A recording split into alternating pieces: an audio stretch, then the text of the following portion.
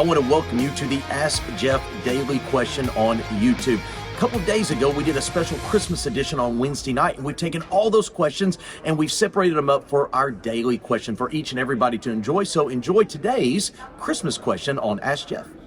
It says, what is meant by Luke 2:19 and 2:51, where it speaks of Mary pondering and keeping these things in her heart?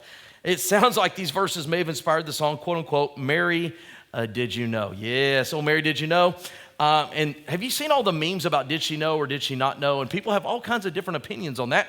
But Luke chapter 2, this is the famous Christmas story. Now, the passage in verse 51 goes beyond the traditional reading, but it is the same passage. It's the same verbiage there.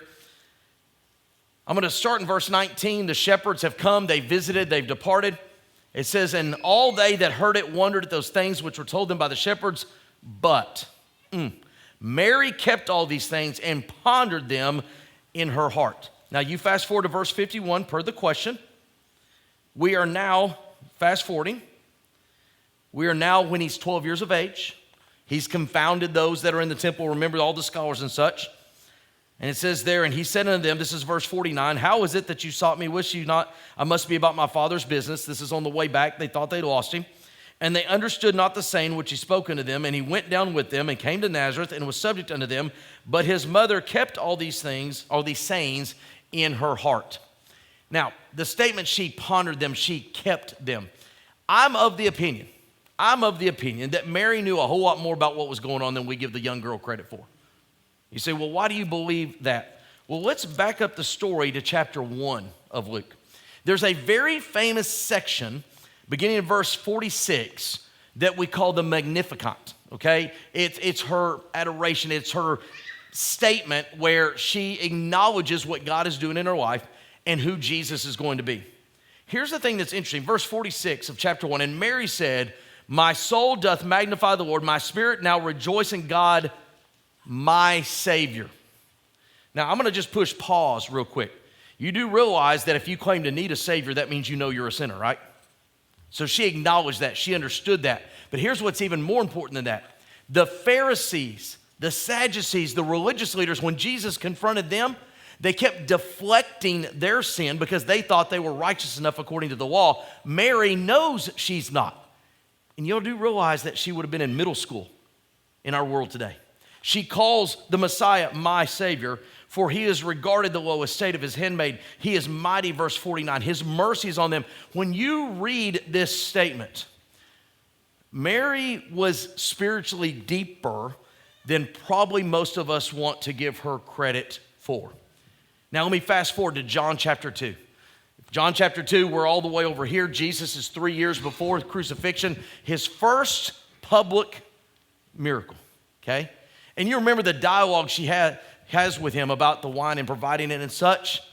And remember what Jesus says to her? Mine hour is not yet come. Now that phrase, mine hour, is used all throughout the Gospel of John to reference the crucifixion. When he used that statement to her, mine hour is not yet come, I think if we can kind of peel the layers away, they had talked a whole lot about this. I think she was more in the know than we ever want to give her credit for. By the way, you do realize she was one of only 5 people that was actually at the cross when Jesus was held there by the nails. Why is that important to the question? I truly believe, based on Luke 1, that Mary understood her own sinful condition. I think she understood the sinful condition of her culture and her people, and she knew in the best way she knew how that which was inside of her was going to redeem and to save and to reconcile. And so every time something of this magnitude happens, shepherds show up unannounced, okay? 12 years of age, confounding the scribes, water turned to wine. When she pondered in her heart, I think what the Bible is saying there is she's putting the pieces together. She's putting them together, realizing what is happening. So it's not that she's just kind of sitting there going, that's interesting. I think she's putting the pieces together. So did it inspire Mary? Did you know? Most likely it probably had something to do with it.